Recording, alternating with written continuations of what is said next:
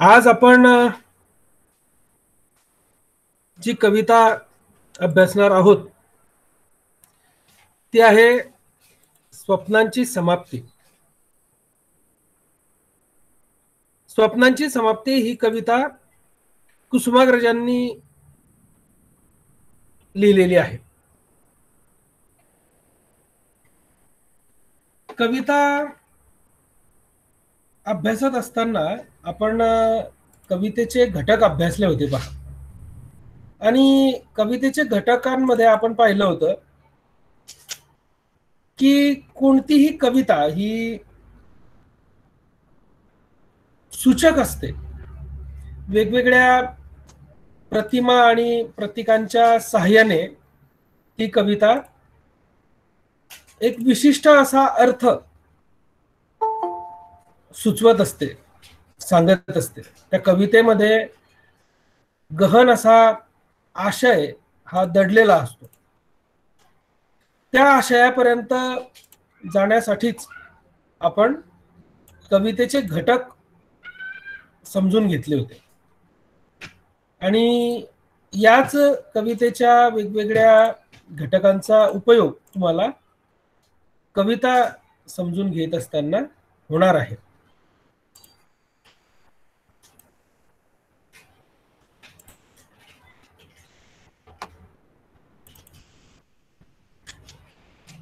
स्वप्नांची समाप्ती ही कविता कविवर्य कुसुमाग्रज यांनी लिहिली. कवितेमधून जो आशय त्यांना सांगायचा होता तो आशय हा देशभक्तीपर किंवा आजच्या युवकाला त्यांना राष्ट्रभक्तीची शिकवण द्यायची होती. राष्ट्रप्रेम त्याच्या मनामध्ये जागृत करायचं होतं. परंतु त्याच्या जगण्याचा अविभाज्य भाग असलेला प्रेम हा जो घटक आहे त्या घटकाला हाताशी धरून त्यांनी या कवितेचा आशय उभा केलेला आहे. ज्ञानपीठ पुरस्कार प्राप्त लेखक विष्णू वामन शिरवाडकर यांनी कुसुमाग्रज या टोपण नावानं काव्यलेखन केलेलं आहे. आपण बघू की या कवितेमध्ये नेमकं ते काय म्हणतायत पहा. आधी कविता वाचून घेऊ आपण आणि मग त्यावर आपण चर्चा करू. स्नेहहीन ज्योतिपरी मंद होई शुक्र तारा, काळ्या मेघ खंडास त्या किनारती निळ्या धारा. स्वप्नासम एक एक ताराविरे आकाशात, खिरे रात्र कण कण प्रकाशाच्या सागरात. काढ सखे गळ्यातील तुझे चांदण्यांचे हात, क्षितिजाच्या पलीकडे उभे दिवसाचे दूत. रात पाखरांचा आर्त नाद नच कानी पडे, संपवून भावगीत झोपलेले रातकिडे. पहाटेचे गार वारे चोरट्याने जगावर, येती पाय वाजतात वाळलेल्या पानांवर. शांती आणि विषण्णता दाटलेली दिशातून, गजबज गरजविल जग घटकेने दोन. जमू लागलेले दव गवताच्या पातीवर, भासते भूतारकांच्या आसवांनी ओलसर. काढ सखे गळ्यातील तुझे चांदण्यांचे हात, क्षितिजाच्या पलीकडे उभे दिवसाचे दूत. प्राजक्ताच्या पावलांशी पडे दूर पुष्परास, वाऱ्यावर वाहती है त्याचे दाटलेले श्वास. ध्येय प्रेम आशा यांची होत असे का कधी पूर्ती, वेड्यापरी पूजतो या आम्ही भंगणाऱ्या मूर्ती. खळ्यामध्ये बांधलेले बैल हो निया जागे, गळ्यातील घुंगरांचा नाद कानी येऊ लागे. आकृतींना दूरच्या त्या येऊ लागे रूपरंग, हालचाल कुजबुज होऊ लागे जागोजाग. काढ सखे गळ्यातील तुझे चांदण्यांचे हात, क्षितिजाच्या पलीकडे उभे दिवसाचे दूत. होते म्हणू स्वप्न एक, एक रात्र पाहिलेले, होते म्हणू वेड एक, एक रात्र राहिलेले. प्रकाशाच्या पावलांची चाहूल ये कानावर, ध्वज त्याचे कनकाचे लागतील गडावर. ओततील आग जगी दूत त्याचे लक्षावधी, उजेडात दिसू वेडे आणि ठरू अपराधी. बघा, स्वप्नांची समाप्ती. कुसुमाग्रजांची ही नितांत सुंदर, प्रसिद्ध आणि अत्यंत गाजलेली कविता आहे. मराठी कवितेमध्ये ती एक अभिजात अशी प्रेम कविता म्हणून ओळखली जाते. बघा, आपण मागची कविता कुब्जा ही पहिली इंदिरा संतांची, विशुद्ध प्रेमाचं प्रतीक असलेली ती कविता. तशीच ही कविता सुद्धा अभिजात अशी प्रेम कविता आहे. या कवितेमध्ये तुम्ही पाहिलं असेल, कवीने सुरुवातीलाच एक सुंदर अशी वातावरण निर्मिती केलेली आहे. ती वातावरण निर्मितीच वाचकांना या कवितेच्या प्रेमात पडायला भाग पडते. तुम्ही पाहिलं असेल, कविता वाचत असताना आपल्या डोळ्यांसमोर त्या कवितेमधला जो आशय आहे किंवा कवितेचं जे कवितेमध्ये जे मांडलेलं आहे कवीने, त्या प्रतिमा आपल्या डोळ्यांसमोर आपोआप उभ्या राहतात. ही जी सुंदर वातावरण निर्मिती आहे ती कवीने आपल्या शब्दांच्या सहाय्यानं डोळ्यांसमोर, वाचकांच्या डोळ्यांसमोर चित्र उभं त्या वातावरण निर्मितीचं केलेलं आहे. एका नीरव रात्री प्रियकर आणि प्रेयसी एकमेकांना एकांतात भेटलेले आहेत. दोघंही प्रेमाचं गुज एकमेकांना सांगत आहेत. दोघांनाही एकमेकांपासून दूर व्हावेसं वाटत नाहीये. कुसुमाग्रजांनी या प्रेम कवितेमध्ये जे वातावरण निर्माण केलेलं आहे ते मोहून टाकणार आहे. प्रियकर आणि प्रेयसी यांच्या मनातला जो संघर्ष आहे, जी भीती आहे, ती अत्यंत सुरेखपणे या कवितेतून त्यांनी व्यक्त केलेली आहे. काय म्हणताय बघा ते, स्नेहहीन ज्योती परी मंद होई शुक्र तारा, काळ्या मेघ खंडास त्या किनारती निळ्या धारा. रात्री चमकणारा शुक्र तारा मंद होतो आहे, एखाद्या ज्योतीप्रमाणे तो मंद होतो आहे. काळ्या मेघखंडामध्ये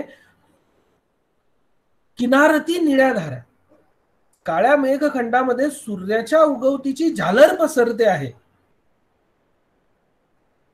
आणि स्वप्नासम एक एक तारा विरे आकाशात, आकाशामध्ये तारा विरणं म्हणजे ताऱ्याचा प्रकाश कमी होणं. ताऱ्याचा प्रकाश कमी होतो म्हणजे काय, तर दिवस उगवला की तारा नाहीसा होतो, मग हळूहळू सकाळ होते आहे. बघा, कुब्जा या कवितेमध्ये जे रामप्रहरचं वातावरण आहे, सकाळचं वातावरण चित्रित केलेलं आहे, तसंच या कवितेत सुद्धा तीच वेळ आहे सकाळची. अख्खी रात्र सरलेली आहे आणि दिवस उजाडणार आहे आता थोड्या वेळाने. स्वप्नासम एक एक ताराविरे आकाशात, खिरे रात्र कण कण प्रकाशाच्या सागरात. खिरे रात्र, खिरे म्हणजे खिरणे म्हणजे कमी होणे, कणाकणानं रात्र संपते आता आणि प्रकाशाच्या सागरात ती जाते आहे. म्हणजे कवी जे वर्णन या रात्रीचं करतो आहे पहा, त्या वर्णनातून कवीला या दोघांच्या मनातली एक आकस्मिक भीती जी आहे, ती भीती त्याला दाखवायची आहे. जे त्यांच्या मनामध्ये चाललेलं द्वंद्व आहे या प्रियकर आणि प्रेयसीच्या, ते द्वंद्व त्याला कवीला दाखवायचं आहे.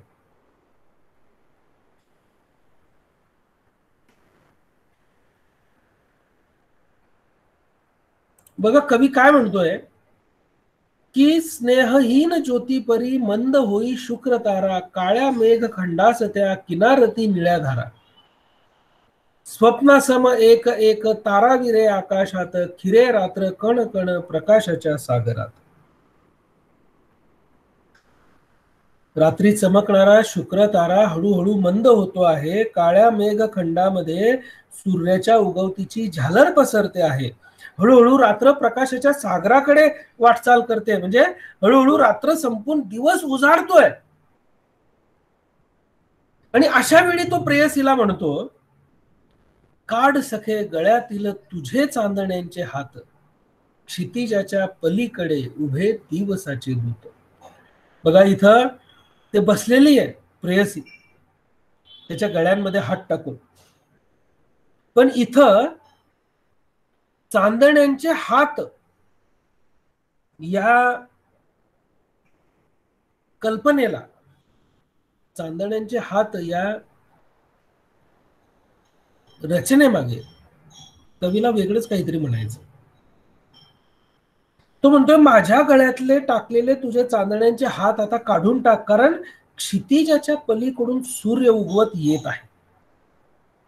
ही रात्र भाग्याची आहे, कारण आपण या रात्रीत एकमेकांच्या सोबत आहोत. ही सोबत जन्मजन्मांतरीसाठी आपल्याला पुरेशी आहे, ही भावना त्याच्या मनामध्ये चमकते. पहाटेचा जो गार वारा आहे तो हळूहळू वाळलेल्या पानावरून आपल्याकडे सरकतो आहे.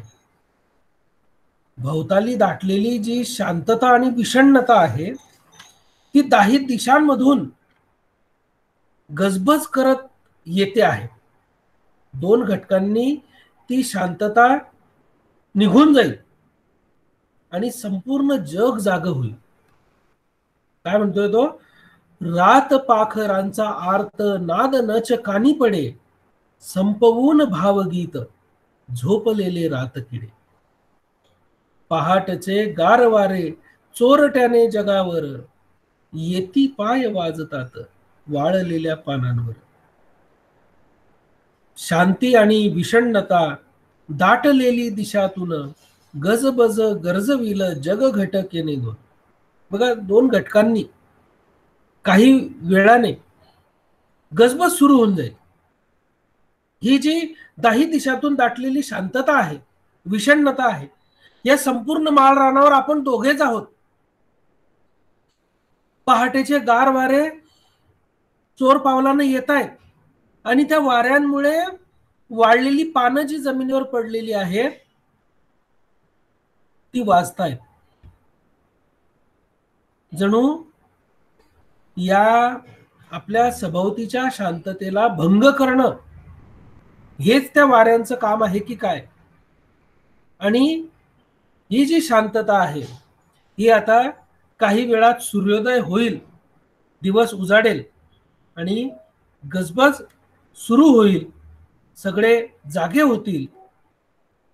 अशा वेळी जमू लागलेले दव गवताच्या पातीवर, भासते भूतारकांच्या आसवांनी ओलसर. बघा सकाळी सकाळी जे दवबिंदू पडलेले असतात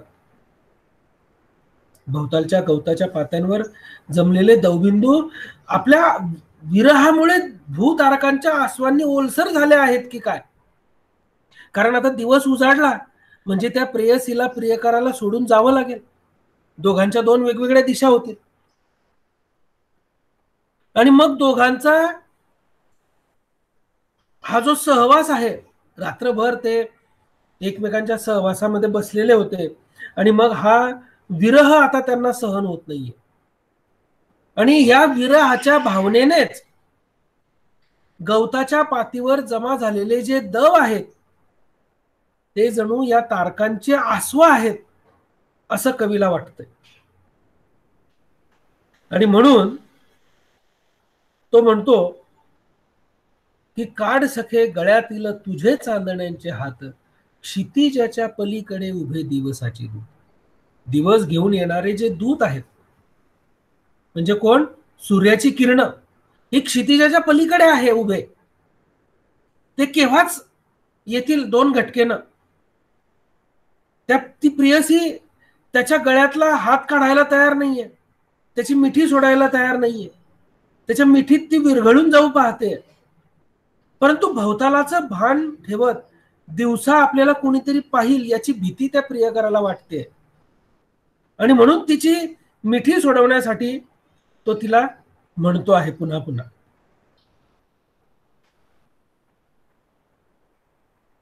प्राजक्ताच्या पावलाशी पडे दूर पुष्परास, वाऱ्यावर वाहती हे त्याचे दाटलेले श्वास. बघा, पारिजातकाच्या फुलांचा सडा भोवताली पडलेला आहे. प्राजक्ताच्या पावलाशी पडे दूर पुष्परास, पुष्परास म्हणजे फुलांचा सडा, आणि प्राजक्त म्हणजे पारिजात. प्राजक्ताच्या त्या फुलांचा सुवास वाऱ्यावरून संपूर्ण वातावरण गंधित करून टाकतोय आणि हळूहळू संपूर्ण जगाला जाग येते आहे. तो म्हणतो की ध्येय प्रेम आशा यांची होत असे का कधी पूर्ती, वेड्या परी पूजतो या आम्ही भंगणाऱ्या मूर्ती. खळ्यामध्ये बांधलेले बैल हो निया जागे, गळ्यातील घुंगरांचा नाद कानी येऊ लागे. शेजार पाजारच्या शेतांमध्ये खळ्यामध्ये बांधलेले बैल जागे झालेले आहेत. त्यांच्या गळ्यातील घुंगरांचा नाद कानी येऊ लागलेला आहे. आता थोड्याच वेळात सूर्योदय होईल, जागोजागी कुजबूज आणि लोकांची वर्दळ सुरू होईल. अशा या वर्दळीत आपण सापडू आणि लोकांना आपल्या प्रेम भावनेची ओळख होईल. या भीतीनं तो पुन्हा एकदा तिला म्हणतो की तुझे चांदण्यांचे हात माझ्या गळ्यातून काढून टाक. पण तरीही ती त्याच्या मिठीमध्ये विरघडलेली. तो म्हणतो की आकृतींना दूरच्या त्या येऊ लागे रूपरंग. बघा, ते बसलेले आहेत त्या माळ रानावर आणि लांबवर गाव दिसतंय. गावामध्ये आता खळ्यातले बांधलेले बैल जागे झालेले आहेत. त्यांच्या गळ्यातल्या घुंगरांचा नाद कानी येऊ लागलेला आहे. हळूहळू गावाला जाग येते आहे. आणि अशा वेळी गावामध्ये सकाळची कामं उरकणारी मंडळी त्यांच्या आकृतींना रूपरंग येऊ लागलेला आहे. हालचाल त्यांच्या हालचाली, त्यांची कुजबूज जागोजागी होऊ लागलेली आहे. कारण दिवस उजाडू लागलेला आहे. आणि म्हणून तो म्हणतोय की तुझे चांदण्यांचे हात माझ्या गळ्यातून काढ, आता तुझी मिठी सोड. पण ती मात्र त्याच्या मिठीमध्ये विरघळलेली आहे. तो म्हणतो होते म्हणू स्वप्न एक, एक रात्र पाहिलेले, होते म्हणू वेड एक, एक रात्र राहिलेले.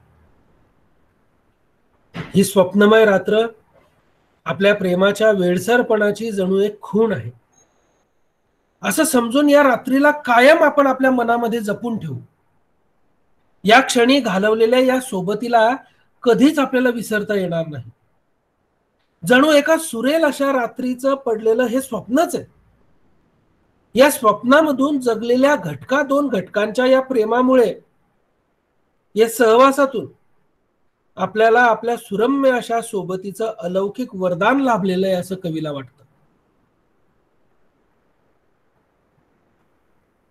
म्हणून कवी म्हणतो प्रकाशाच्या पावलांची चाहूल ये कानावर. हळूहळू सूर्य जसा जसा उगवतोय, दिवस जसा जसा उजाडतोय, तशी तशी त्याच्या प्रकाशाच्या पावलांची चाहूल हळूच कानावर येते आहे. ध्वज त्याचे कनकाचे लागतील गडावर. कनकाचे म्हणजे सोन्याचे, सोन्याला कनक म्हटलेलं आहे पहा. सोनेरी ध्वज म्हणजे काय? सूर्याचा प्रकाश. लागतील गडावर, गडावर म्हणजे उंचावरून तो सूर्य आपला प्रकाश ओतत आता उभा राहील, समोर उभा ठाकेल. सूर्याचा सोनेरी प्रकाश जसा हळूहळू डोके वर करू लागतो, त्याची चाहूल कानावर येऊ लागते,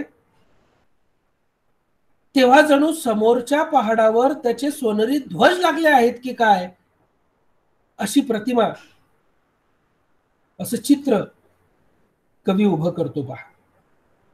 आपल्या प्रेयसी सोबत आता आपली ताटातूट होणार आहे, यामुळे प्रियकर सुद्धा उद्विग्न झालेला आहे, निराश आणि आगतिक झालेला आहे. आणि म्हणूनच तो सुद्धा त्याच्या मनामध्ये जागी झालेला जो विरह आहे त्यामुळे विषण्ण झालेला आहे. हे जणू त्याचा आत्मकथनच आहे, या कवितेतून कवी मांडतोय पहा.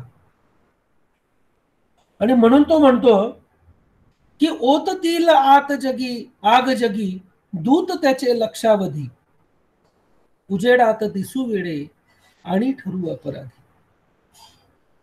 काय म्हणताय कवी, की सूर्याची किरण एकदा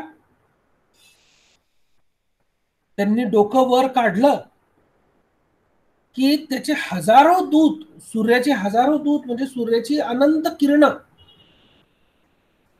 ही जगामध्ये आग ओततील, प्रकाशाची पखरण करतील. आणि जेव्हा सगळीकडे उजाडलं जाईल तेव्हा आपण दोघं एकमेकांच्या मिठीत गुंतलेले प्रियकर आणि प्रेयसी आपण वेडे दिसू, या जगामध्ये अपराधी ठरू, असं तो म्हणतो. बघा, या कवितेमध्ये कवींनी, कुसुमाग्रजांनी एक वेगळीच अशी प्रेमभावना व्यक्त केलेली आहे.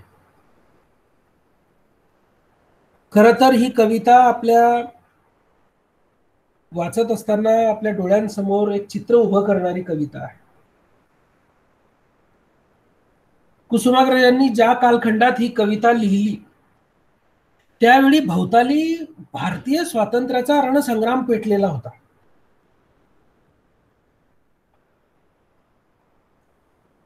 कुसुमाग्रजांच्या विशाखा या काव्यसंग्रहामधली ही कविता आहे. तुम्ही या कवितेचा शेवट जर पाहिला तर तुमच्या लक्षात येईल की तो तिला शेवटी काय म्हणतोय, की या दिवसाच्या दूतांना आपण दिसू नये, कुणाच्या नजरेस पडू नये म्हणून आपण विलग झालं पाहिजे. म्हणून तो म्हणतो, काढ सखे गळ्यातील तुझे चांदण्यांचे हात. या कवितेत दोन प्रेमिकांची मनोवस्था कुसुमाग्रजांनी नेमकेपणानं टिपलेली आहे. या कवितेतला जो प्रियकर आहे, बघा मी तुम्हाला कवितेच्या सुरुवातीलाच म्हटलं की वरवर प्रेम कविता भासणारी ही कविता एक वेगळाच अर्थ घेऊन येते. या कवितेतला जो प्रियकर आहे, जो त्याच्या प्रेयसीला म्हणतोय की तुझे चांदण्यांचे हात माझ्या गळ्यातून काढ, कारण क्षितिजाच्या पलीकडे दिवसाचे दूत उभे आहेत, असं म्हणणारा हा प्रियकर समकालीन तरुणांचा प्रतिनिधी आहे. भोवताली भारतीय स्वातंत्र्याचा संग्राम पेटलेला आहे. अजून भारताला स्वातंत्र्य मिळालेलं नाही, त्या स्वातंत्र्यपूर्व काळातली ही कविता आहे. सगळीकडे स्वातंत्र्य मिळवण्यासाठीचे प्रयत्न सुरू आहेत, चळवळी सुरू आहेत. त्या धगधगत्या वातावरणामध्ये तरुणांनी सामील व्हावं, त्यांच्या मनामध्ये स्वातंत्र्य प्राप्तीची ज्योत पेटवली जावी, प्रेमासारख्या भावनेमध्ये त्यांनी गुंतून पडू नये, म्हणून त्या काळातल्या तरुणांना कुसुमाग्रजांनी दिलेला हा संदेशच आहे. त्या धगधगत्या वातावरणामध्ये जणू काढ सखे गळ्यातील तुझे चांदण्यांचे हात, क्षितिजाच्या पलीकडे उभे दिवसाचे दूत, या ओळींनी एक प्रेरणा निर्माण केलेली आहे, एक जागृती निर्माण केलेली आहे. ही जागृती तत्कालीन नवतरुणाच्या मनामध्ये स्वातंत्र्य प्राप्तीची ज्योत पेटवण्याचं काम करते. कारण प्रेमाला दूर करून स्वातंत्र्य प्राप्तीच्या चळवळीमध्ये आपले आयुष्य त्यांनी वेचावे, देशाचं स्वातंत्र्य आधी आणि प्रेमाची भावना नंतर, ही भावना इथं कवी व्यक्त करतोय.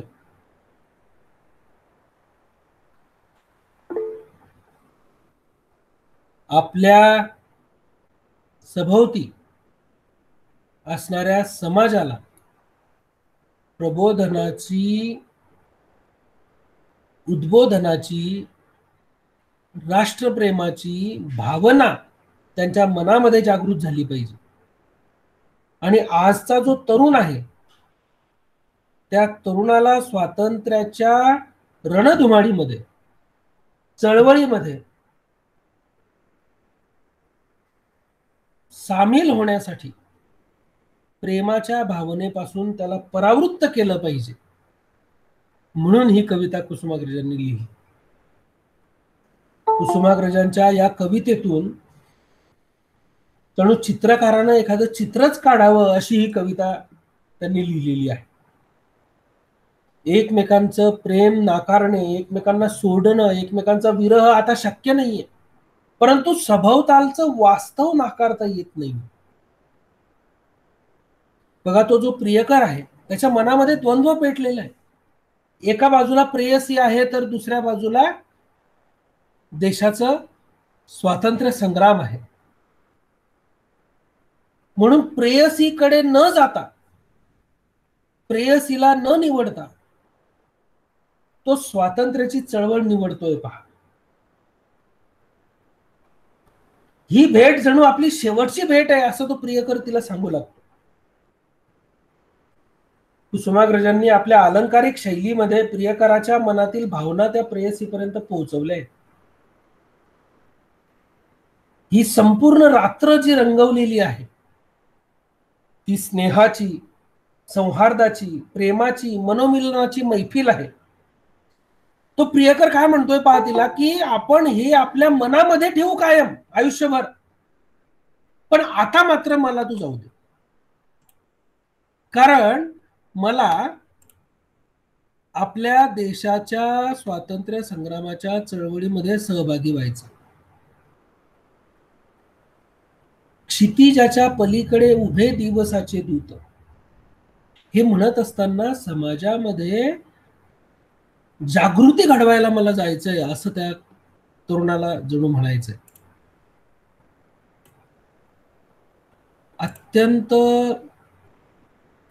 सुंदर आणि अत्यंत महत्वाची असलेली ही कविता कुसुमाग्रजांनी आपल्या या विशाखा या काव्यसंग्रहामध्ये लिहिलेली आहे.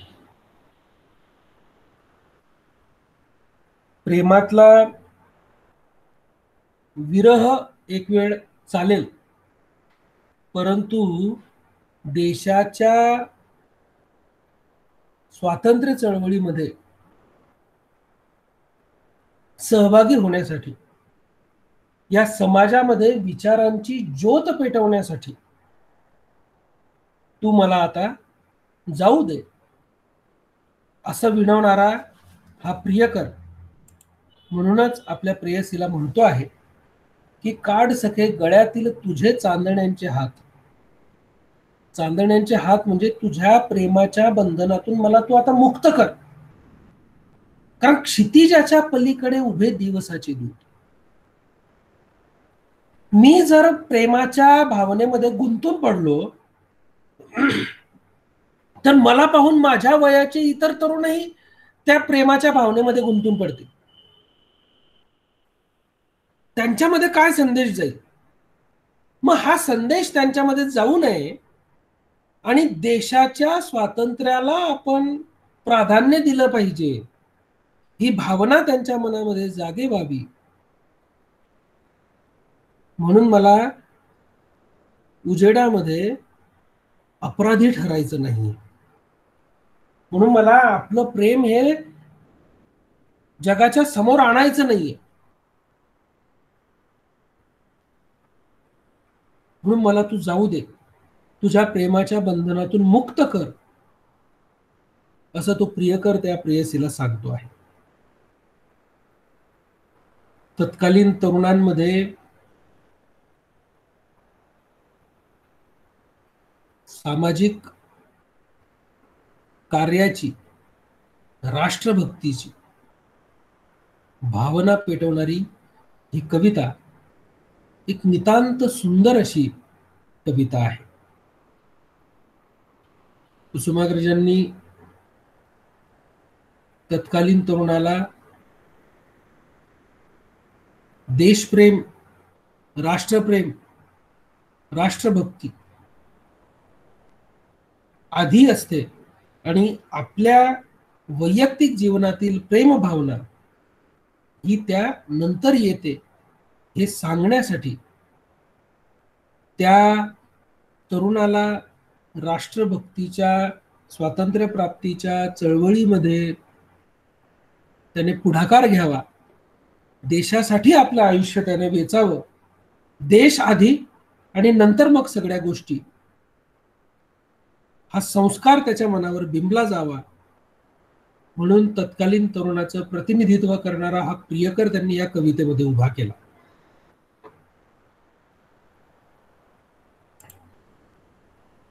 अशी ही सुंदर कविता कुसुमाग्रजांनी लिहिलेली आहे.